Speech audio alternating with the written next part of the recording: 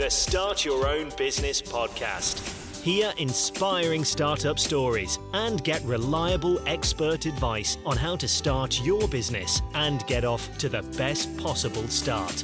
Brought to you by Startup Donut, helping small businesses succeed.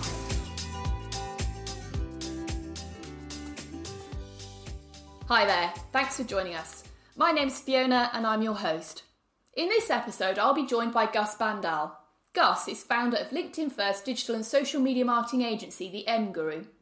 He's been described by some as the UK's #1 LinkedIn trainer. Quite some accolade. Chances are you're already using LinkedIn. There are 35 million users in the UK alone. I'm one of them. And people are using LinkedIn for different reasons. Some are looking to connect with others. Some are looking for new job opportunities, and others want to raise their profile, to network or connect with new suppliers and customers. Whatever your reason, you need to get it right. When you do, LinkedIn can be hugely beneficial. Get it wrong though, and you can come across as insincere, someone simply playing the game. Remember, no one wants to read an endless stream of dull, predictable or blatantly salesy posts. So how do you get it right? Gus is joining us today to put us on the right track with his key LinkedIn do's and don'ts. This series of the Start Your Own Business podcast is brought to you by Startup Donut in association with investment platform Lightyear. Before we meet Gus, let's find out more about our sponsor. Life as a business owner can be unpredictable. You need a cash flow cushion for any bumps in the road. But this doesn't mean you need to leave your cash languishing in low interest accounts. Instead, you can earn a daily variable rate of 4.6% AER with Lightyear's business accounts. Lightyear make this possible by giving small businesses like yours a solution traditionally reserved for the big corporates. Money market funds, managed by the world's largest asset manager, BlackRock. These are low-risk investments, usually only accessible with a minimum deposit of £5 million. With Lightyear, you can access them with no minimum deposit criteria. There are no fees to open, bank transfer into, withdraw from, or maintain your business account, and your money is always easily accessible. You work hard for your income as a business owner. Lightyear lets your income work hard for you. So rather than spending weeks trying to open an account with low rates and high fees, open a Lightyear business account in one day and start putting your money to work. Whether you choose to manage your company's cash on Lightyear's Slick app or the web platform, the interest you earn could mean you can hire a new employee or take that holiday you know you deserve. Visit lightyear.com/donut. That's donut, DONUT, to find out more and set up your account in just a few taps. And remember, when you invest, your capital is at risk. It's now time to meet our expert Gus Bandal, founder of LinkedIn First digital and social media marketing agency, the M Guru. Hi there, Gus. Thanks for joining us. It's absolutely my pleasure. Thank you for having me. You've been described as the UK's #1 LinkedIn trainer. Can you tell us a little bit about your background and how you've come to this point?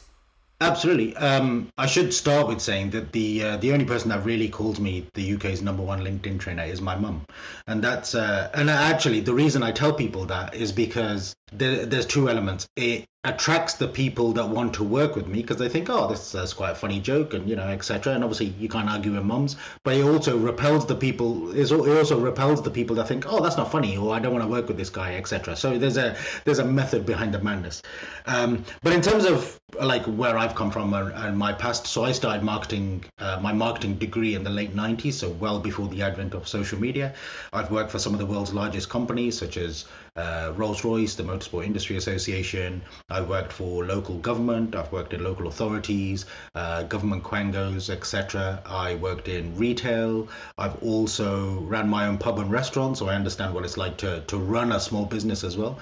And then I thought I'd leave my illustrious marketing career behind to start my own agency, which I did in 2017. So ultimately, it's a long story, but all my education and all my experience have come together to help me create the agency that I've got today. You've mentioned some really big company names there, but you're working now with smaller businesses to sort of help them, manage their social media marketing.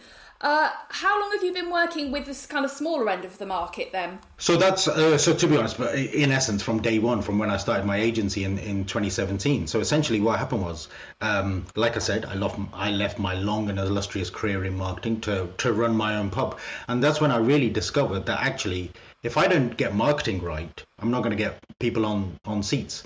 So you have to get the marketing right to get people through the door. And what I discovered was that actually, as a business owner, I was doing everything else as well. Like I had to do the accounts and the staffing and the HR and speaking to suppliers and admin and et cetera, and all that kind of stuff. Never mind if something went wrong. That's the thing.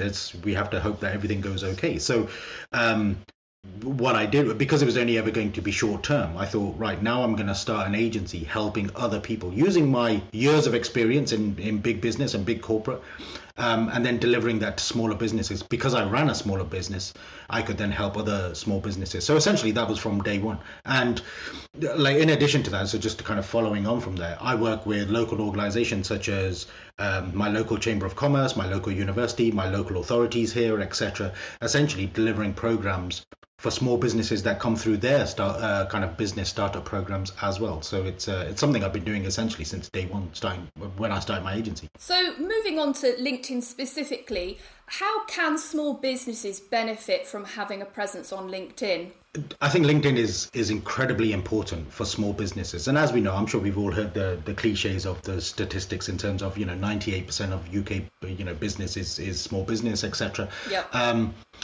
LinkedIn is a place where people can have conversations and build real relationships. And I think because people as individuals, when we're small businesses, we rely on ourselves. Like I've already said, we do everything, which then means that we do the networking, we do the admin, we're picking up the phone, we're answering emails, we're connecting to people on LinkedIn, etc. And I think particularly for small businesses, that's where we build our reputation, because people get to know us as personal brands. So they know that we're good at what we do, we're well educated with the authority in whatever we're selling or promoting, etc. And then essentially it drives people to us. Now there's 1.1 billion people on LinkedIn, and ultimately the majority of them are business owners, small businesses, etc., that should be talking to one another. So what's the difference between LinkedIn and some of the other options that businesses have in terms of social media?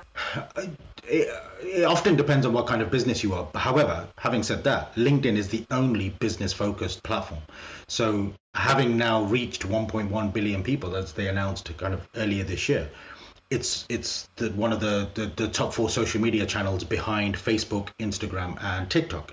Now, as we know, a lot of the other channels are very social focused in terms of personal lives and what's happening, meeting our friends and family and what we're up to and going out for dinner and all that kind of stuff. And I think LinkedIn has taken a lot of that away from them, and now we are here on LinkedIn telling our stories like, oh, we're going out, we made a lasagna last night, or I took my dog out for a walk, or I went networking, or here's a testimonial. So I think it's become a lot more personable, but the difference is between LinkedIn and any other channel is that it's still business focused. It's still a place where we're building business focused relationships. So I suppose even if your customers aren't necessarily using LinkedIn, it's worthwhile being there in terms of connecting perhaps with business advisors, with other businesses that are perhaps in your sector, or maybe even suppliers. Yeah, absolutely. I talk a lot about the what I call the horizontal and the vertical industry. So for me, the horizontal industry is the people that I'm focused on working with. So I work with small service sector businesses. So for example, accountants, HR, coaches, consultants, photographers, videographers, etc. So they're the people that I work with. So that's my horizontal industry in terms of these are the people that I want to connect to and talk to.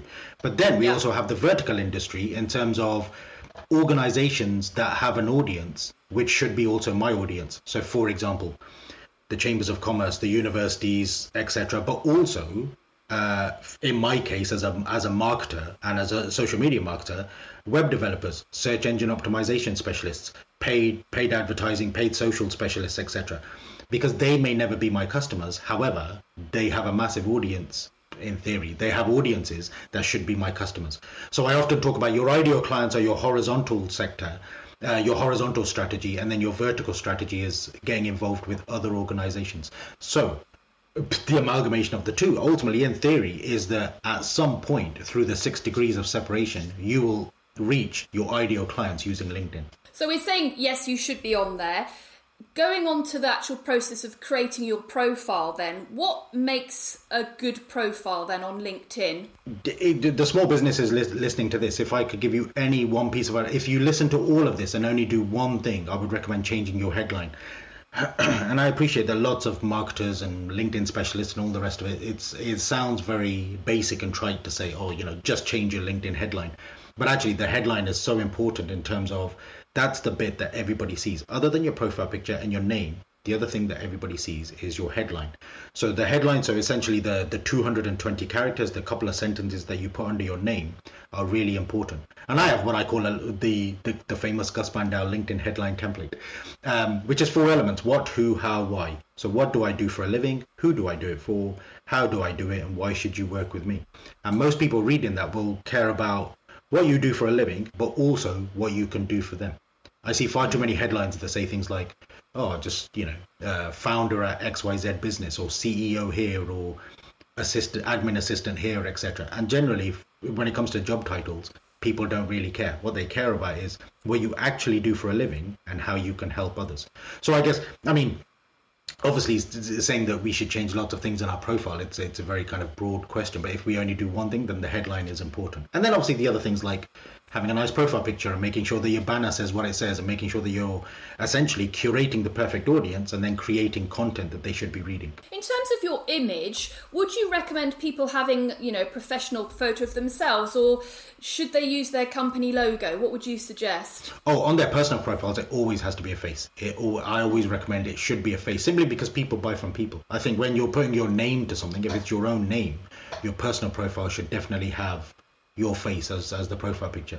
As professional as you can get it. I mean, modern smartphones, etc., can take absolutely fabulous photos. You don't have to have like an expensive headshot from a photography studio, although obviously that would be nice, but a good, clean, hopefully smiling image, lovely background, etc. If we put that as a profile picture, I think it's really important that people can see our face. So we've talked about your headline, we've talked about your image. What are the other essential elements that you should have on your profile page? So I think particularly the elements that I would say are important. So first of all, there's the about section, which is the bit that essentially expands on your headline. So it's the first 4 lines of your about section that are really important. So that's what people see before they're enticed to click the button that says see more. So essentially, it's roughly around 3,000 characters that you can put in there, which is essentially an extension of your headline, which is what do I do for a living? Who do I do it for? How do I do it? Why should you work with me? So that was probably the first element. The second element is make sure that you have a company page. So if you run a small business, and I believe every single small business should have a company page on LinkedIn. So as people look through down your profile, where the experience section is, as in here's my company, this is how long I've worked there, this is what I do, etc. There's a little logo there. As people click on your logo, it then takes them to the company page. And quite frankly, I think it's particularly for small businesses, it's incredibly important for your potential clients to be able to do their due diligence. So they look at your profile and they think, actually, I want to work with this person. Then they click on your company page to then go to your company page. And your company page then links to your website or another link, maybe, I don't know, your Instagram profile or your latest blog or etc. And then people can do their kind of obviously follow the process to then find that place as well. So like I said, so your profile picture, your headline are really important. Your about section is really important, and particularly getting the first 4 lines right to entice people in. Then the experience section to make sure that you're connected to a company page. And then where possible, get testimonials. Get people to essentially give you testimonials. If you've done a great job for somebody, you should definitely ask them for testimonials on LinkedIn. And it's great social proof. Basically, it helps to accelerate decision making in our ideal clients. So, and obviously, as we know, there are hundreds of elements to LinkedIn, but as a LinkedIn trainer, obviously, I can talk till I'm blue in the face about all these little features. But to be honest, most of them only matter to me as a LinkedIn trainer. For small businesses, you don't have to be everywhere. You don't have to fill out every detail. It literally is making sure you optimize your profile, and then, like I said, curate an audience and then create content. So we've talked about how actually important LinkedIn is in terms of for making connections.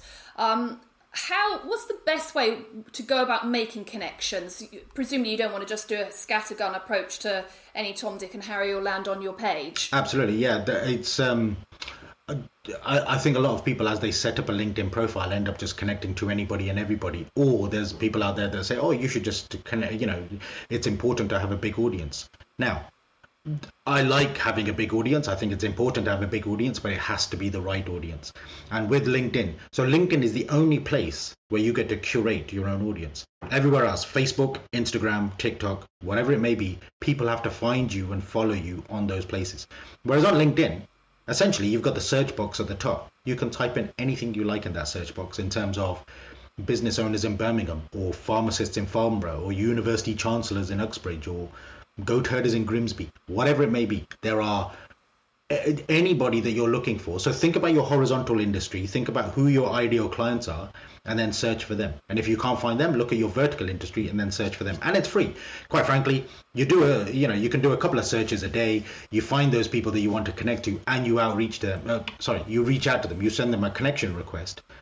And obviously, as and when they accept, what you're doing is slowly but surely you're curating the perfect audience of people that should be seeing your profile. And have you got any tips on getting people to accept your invitations to connect? So me personally, I always recommend a personalized note. I always recommend kind of saying, I would like to connect with you because of XYZ reason. And my strategy, so let's talk through my strategy. So in essence, I search for the people that I want to talk to. So for argument's sake, let's say goat herders. There are 374 goat herders on LinkedIn. Don't ask me how I know that. But anyway, I would type into the search box goat herder, and then obviously I would get a list of 374 goat herders, and I would go through systematically which ones I want to connect to by looking at their headlines, our mutual connections, etc.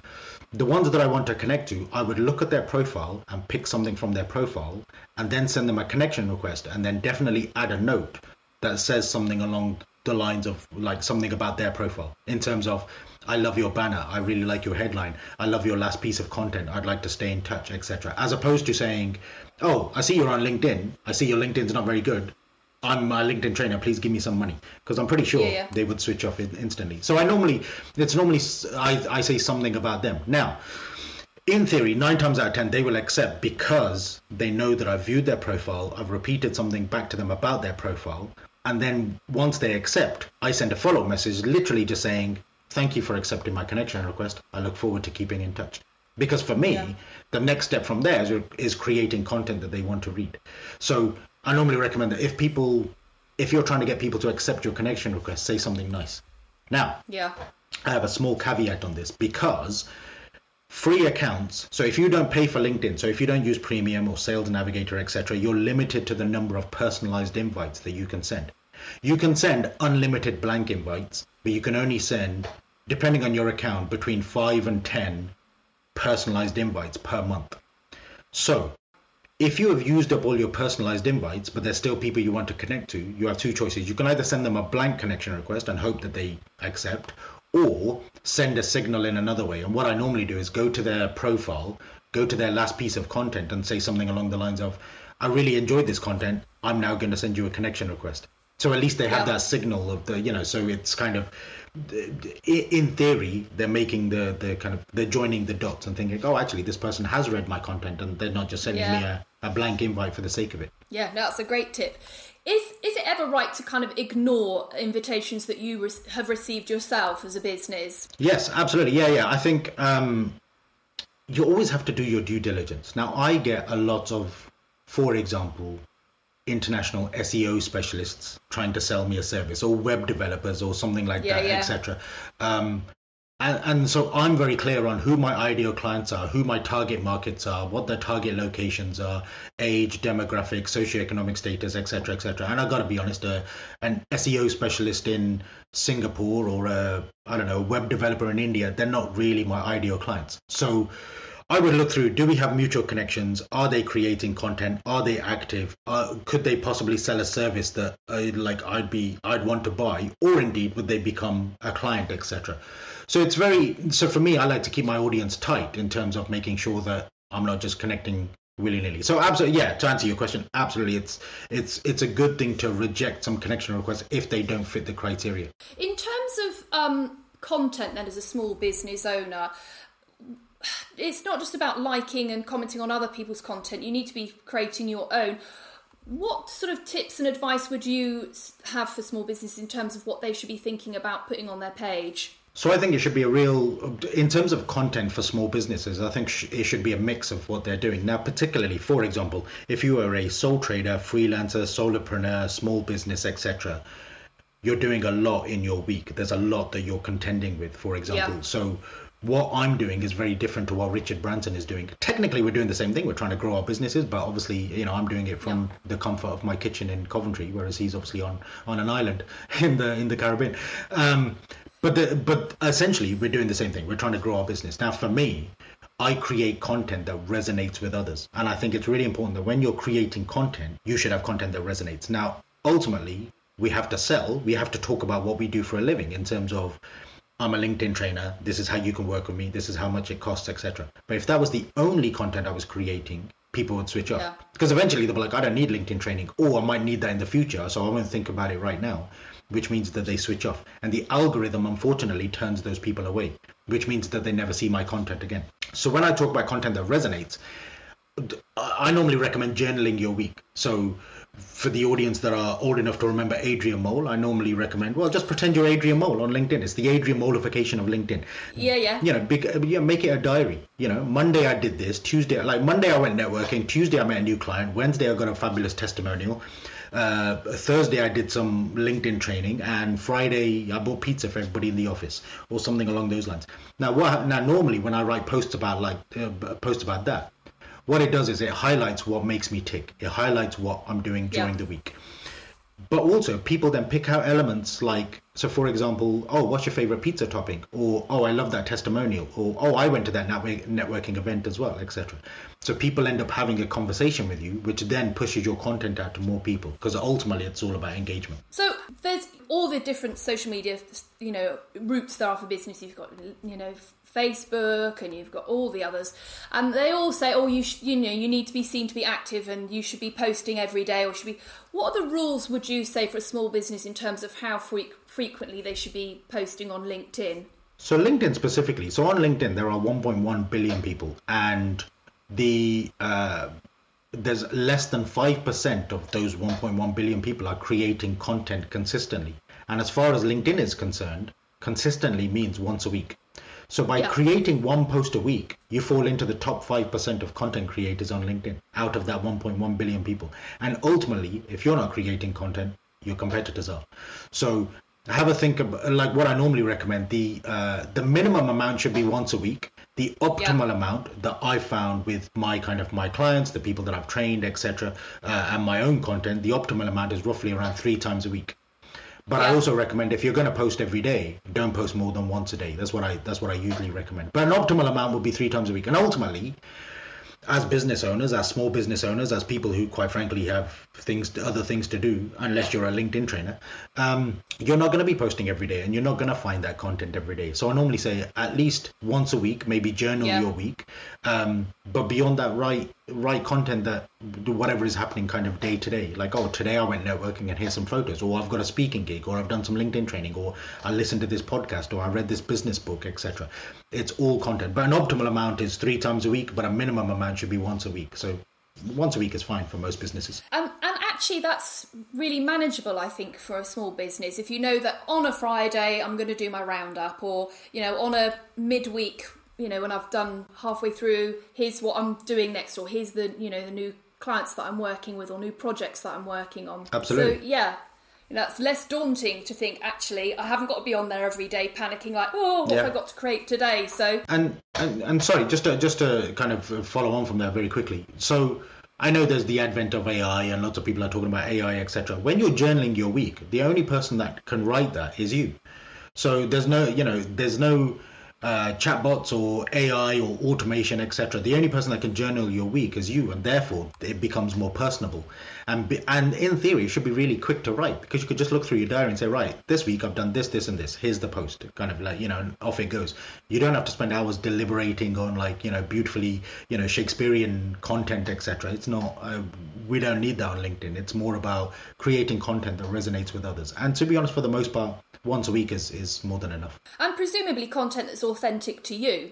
Yeah, absolutely. And that's the thing. It's very easy to get caught in the trap of seeing other people's content and thinking, well, they're posting that, so they must be really successful, etc. There's a million reasons why people are successful, and often they might have a massive audience that don't necessarily buy from them. They might be in engagement pods. They might be using ChatGPT or any other kind of AI tool to create their content, and that's fine. That's entirely up to them. What I recommend is creating authentic content that essentially builds your audience and builds a tribe around you that gets to know you. Yeah, we talked earlier about, having a professional profile image, but images and video can work really well on LinkedIn, can't it? Yeah, absolutely. So yes and no. So from a personal perspective, my text-only content works the best. When I create value in terms of text content, in terms of so blog-like or article-like content on LinkedIn, that does really well because I teach people how to use LinkedIn, or I'm kind of telling a story, etc. So it does really well. However, the LinkedIn algorithm is heavily focused towards images and now videos. I don't know if you've seen, but on the mobile app, there's a whole video tab. So at the bottom, you can click on the video tab, and it essentially creates a scrollable TikTok-style video tab where you can, scroll hundreds of videos. And actually, LinkedIn are currently pushing those videos out to a much wider audience. So I always recommend to test anything, work with anything. When I posted videos, they used to die a death, mainly because they probably had my face in them. However, I think it's always worth testing it, testing videos, testing images, testing document posts, like carousel posts, PDF posts, but also text-only posts. I have found personally with my content, my text-only post works well. I've got one client who image content works really well, and I've got another client who is creating videos currently, and her videos are reaching hundreds of thousands of people because the LinkedIn algorithm is pushing them out to more people. So I would always recommend testing it, but currently videos are the hot topic. Short form portrait style videos, so essentially TikTok or Instagram Reels style videos are working really well on LinkedIn. Yeah, and I suppose that rules true for anything really that you're doing marketing wise, is test it. If it's not working, tweak what you're doing, try something else. Absolutely. So yeah. What about using hashtags? Are they important in LinkedIn? Yes, yeah. So I smile because I think there's lots of rhetoric around the fact that, hashtags don't work and all this other kind of stuff. And I know lots of platforms are trying to either phase them out or kind of find new ways. Now, with the advent of AI and therefore AI search tools, AI doesn't necessarily pick up hashtags, it just picks up keywords. So it's all, so a lot of the kind of the big bosses of social media companies are essentially saying, don't worry too much about hashtags. It's about using keywords in your content, which I completely agree with. I agree with the kind of using keywords in your content. So obviously you are found. However, with LinkedIn specifically, their own recommendation is to use between 3 and 5 hashtags on a post. It's entirely up to you. You can use 0, you can use 1, you can use up to 5, totally your choice. But just make sure that the hashtags are relevant to the content itself. So if you write a post about LinkedIn training, don't use the hashtag Donald Trump. It's not, because you're going to fall into your content's going to fall into the wrong hands. So as in people who are searching for Donald Trump is what I mean. So what I would normally recommend is basically using hashtags that are related to the post. It's not necessarily brilliant for discoverability, but what it is that it's a reference point. So it's a place where you can come back to look at content. So I have a hashtag that I use on LinkedIn, which is hashtag people Gus knows. So I write posts about people that I've taken selfies with, or people that I've met at events, or people that I want to kind of promote or talk about, etc. And if you search for that hashtag on LinkedIn, you will see all the posts that I've created using that hashtag. So it's good for kind of for in terms of creating a series or finding your own content, etc. But it's not particularly in terms of a content strategy. I wouldn't dwell on it. Let's put it that way. If you don't use hashtags, I don't think it's a problem as such. But if you have the opportunity to, then you should. How important is it to avoid kind of treading on controversial topics? I think particularly for small businesses, treading on controversial topics is a minefield, because you want content that resonates with other people and then brings people into your world to then engage with that content. But at the same time, you don't want to create content that alienates your audience, or indeed turns people off from what you're doing. So for example, I know I've mentioned a kind of, for example, the US president or maybe Elon Musk or somebody like that, etc. When you start creating controversial content, which doesn't relate to what you do for a living, then people start seeing you as that person, for example. So I could write a post about Elon Musk as the owner of Twitter, for example. But if I wrote a post about Elon Musk as the politician, it probably wouldn't, although it may be controversial, it probably wouldn't resonate as much. And then people would think, why is he writing about that? So controversy is fine, but just make sure that it's related to what you do for a living and what your business is. We talked about earlier, how many times a week you should post. Are there better times and days from your experience in which to post? Yeah, and absolutely. From my personal perspective, so this is advice, not instruction. I always say, think about when your ideal clients are online and post at that time. So, for example, in my current business, my ideal clients are online normally when they wake up. They wake up in the morning. I recommend posting between 7 and 9 o'clock in the morning. Because what you want to do is you want to capture those people that are scrolling their phone while eating breakfast or scrolling their phone as they get to their desk, etc. If you miss that morning rush, I normally say around lunchtime, so people are scrolling when they're eating their sandwiches, or in the evening, after say 6 o'clock, 7 o'clock, when people are settling down to watch Love Island or something. Sorry, Match of the Day and Top Gear. That's sorry. But it's think about when your audience are online and post at those times, which obviously sounds really obvious. In my personal experience, I have found that Mondays and Saturdays don't work well for me, because I think Mondays most people are focused on the work. They couldn't care less what you're posting about on LinkedIn, and on Saturdays people are focused on the weekend. So again, and I normally at the weekends I save the weekends for like jovial content or content that I want people to laugh or people to kind of get involved with, etc. Something that's easy for them to get involved with, as opposed to something really controversial or something really kind of like deep dive about my work. But I normally recommend, from personal testing, don't post on a Monday, don't post on a Saturday, but when you do post when you think people are online. Now, the slight caveat with that is, the slight kind of the proof in the pudding as such. When I used to run a pub, obviously I didn't post it between 7 and 9 in the morning, because if I posted a picture of a pint of Carling, other lagers are available. But if I posted a picture of a pint of Carling at 7 o'clock in the morning, I don't think too many people would think, oh, I wish I could have this now. So I used to post up around 4:30 in the afternoon. So when people finish work, they start scrolling their phone and think, oh, what am I going to do now? They see a picture of a pint of Carling and think, right, I'm on my way to the pub. Think, lovely, I know where I'm going. Absolutely. Yeah, exactly. So we've talked about things that you should do on LinkedIn. What are the things that we shouldn't be doing? What are the classic mistakes that people make with their profiles and their posts? I think classic mistakes are often trying to emulate others, trying to copy others and seeing others' success, like, oh, they've got thousands of followers, or they're creating content about a particular thing, or, jumping on bandwagons, etc. So I think I often just run your own race, be yourself, create your own content and curate the perfect audience that should be reading that content. I think a mistake is using AI, using bots, chat bots, jumping into engagement pods. So engagement pods are essentially groups of people that are they artificially like each other's content. So it's basically, they could be in a WhatsApp group or a LinkedIn group and they say, oh, look, I've just posted, please go and engage with it. What you end up doing is just your content only gets seen by a bunch of people that don't really care about you, because they're just there because they're in an engagement pod and they're not necessarily your ideal clients. I saw a couple of LinkedIn trainers recently talk about the virtues and the values of being in an engagement pod, and I just instantly switched off from those people, because I just thought it's just not good. It's better to curate the perfect audience and create content that they should be reading. So stay away from AI comments, stay away from kind of AI post creation, unless it's something to support you in that post creation.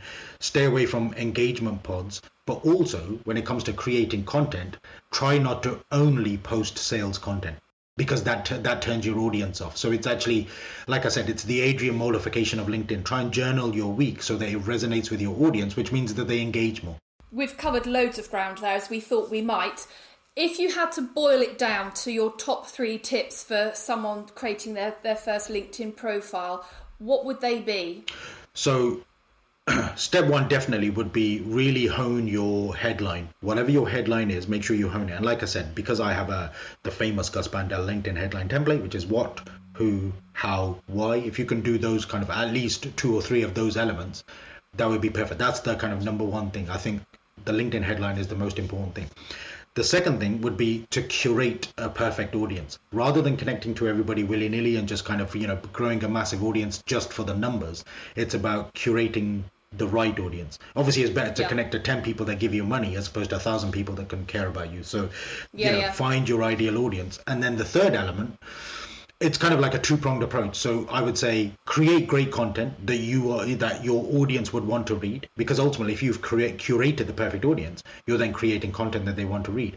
But the second prong on that is make sure that you're engaging with your audience as well. So liking, commenting, sending DMs, following up, etc., all that kind of stuff. Because what that does is it brings more people into your world as well. So if you're engaging with others, when you create content, they're more likely to see your content as well. So it's just that two-way things, basically. So it's just make sure that you use LinkedIn as a two-way communication channel. Finally, before you go, can you tell listeners where they can connect with you, where they can find you online, and where they can find out more about MGuru? Absolutely. So if you go to Google and just type in the MGuru, you'll see the first 20 pages are all about me. Obviously, I would love for everybody to connect with me, Gus Bandal, on LinkedIn. That's where I do my best work. It'd be awkward if I kind of said, "Oh, follow me on Instagram," I think. But I think if you type in the MGuru into Google, everything's about me, and you'll see my LinkedIn profile is where I do my best work. That's fantastic. Thank you so much for your time. There's tons of great stuff in there. I'm sure listeners will go away with a big list of to-dos. So thank you. I hope so. Yeah, no, it's absolutely my pleasure. Thank you for having me. Wow, that was a jam-packed half an hour filled with loads of great tips and advice from Gus, especially around curating your audience and creating content. I've certainly got a few things on my radar that I'm going to go away and implement. And hopefully Gus has made you feel that creating content that resonates is really achievable without it being a drain on your precious time as a small business owner. We'll be sharing links to Gus and to the MGuru along with some handy related content in the summary notes. You can also find out more about the sponsor of this episode, Lightyear. You'll find these at www.startyourownbusinesspodcast.co.uk. Before you head off, if you're enjoying the show, please hit follow. If you're listening on Apple Podcasts, follows on the top right of the show page. And if you're listening on Spotify, follows just under our logo and title. Hitting follow will make sure you're notified about new episodes as soon as they drop. And it also helps us reach more small businesses just like you. All that remains is for me to give Gus another massive thank you for his great tips and advice today. Until the next time, all the best.